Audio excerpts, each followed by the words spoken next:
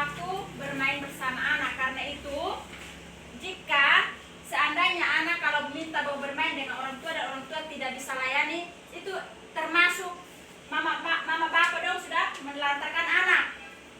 Terus yang kedua, memberikan kasih sayang. Nah, di sini juga bapak mama dong jangan tiap hari kalau kita di rumah kita sudah sibuk dengan segala macam hal.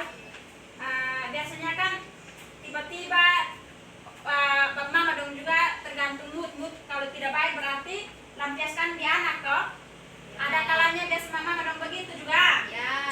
Nah, terus yang ketiga belajar bersama anak. Nah, ini juga penting bapak mama. Misalnya kalau anak pulang sekolah ada PR, ada tugas, tolong bapak mama bisa tanyakan, anak ini hari ada tugas atau tidak. Nah, kalau ada tugas, bapak mama coba luangkan waktu sedikit juga untuk kerja PR sama-sama dengan anak.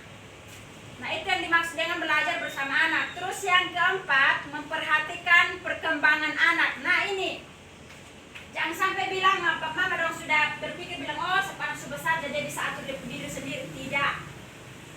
Misalnya kalau bapak mama dong pikir begitu, itu juga termasuk penelantaran anak. Terus yang kelima, memperhatikan pergaulan anak. Nah, ini juga biasanya kadang-kadang kita orang tua itu pikirnya sekarang sudah besar jadi dia bergaul dengan siapa saja terserah, dimanapun entah siapapun dengan siapapun dia bergaul itu suka-suka dia. Itu pun salah sebenarnya. Nah, tapi di sini ada tulisan di sini Bapak Mandong bisa lihat? Bisa. Di sini ada cara mencegah penelantaran terhadap anak.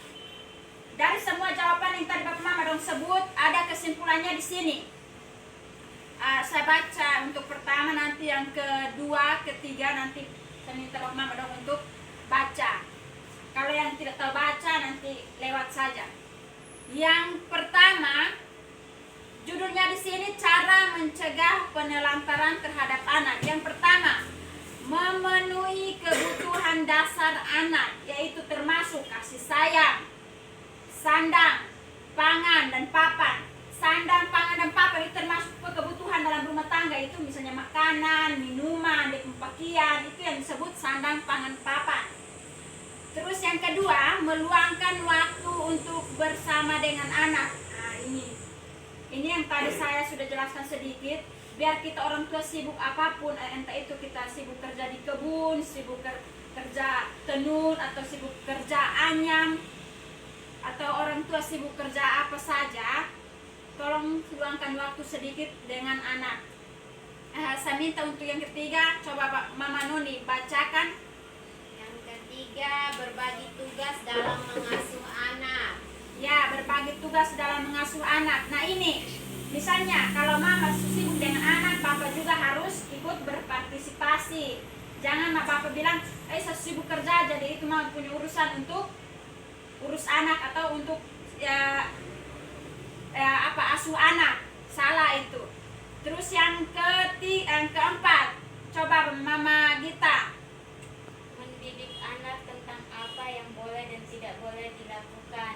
Ya, terima kasih Mama Gita. Mendidik anak tentang apa yang boleh dan tidak boleh dilakukan. Misalnya, hal-hal yang baik mana yang dia mau lakukan. Terus hal buruk apa yang tidak boleh dia lakukan. Nah, itu kita orang tua tugas kita.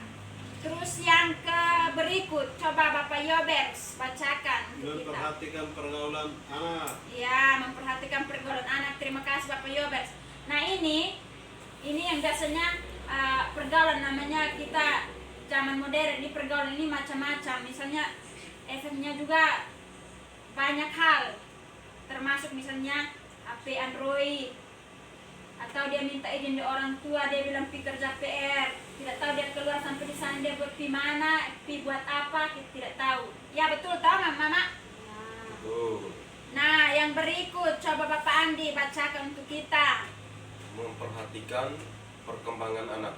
Nah, dia berkembang ini entah betul atau tidak, jangan sampai kita tidak tahu dia punya perkembangan, mama dong permisi melahirkan dia, entah itu dia berkembang yang baik atau tidak, mama dong tidak sibuk lagi. Nah, yang berikut menitipkan anak keluarga atau kerabat yang dapat dipercaya pada saat orang tua tidak berada di rumah. Nah, misalnya mama dong kalau keluar rumah atau pergi sibuk semua, bisa titipkan anak di tetangga yang bisa dipercaya. Jangan mama dong ragu untuk titip anak.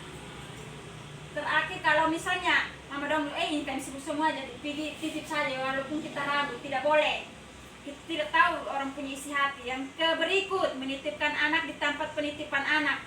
Nah, kalau kita di Belusi ini juga ada dia punya tempat penitipannya.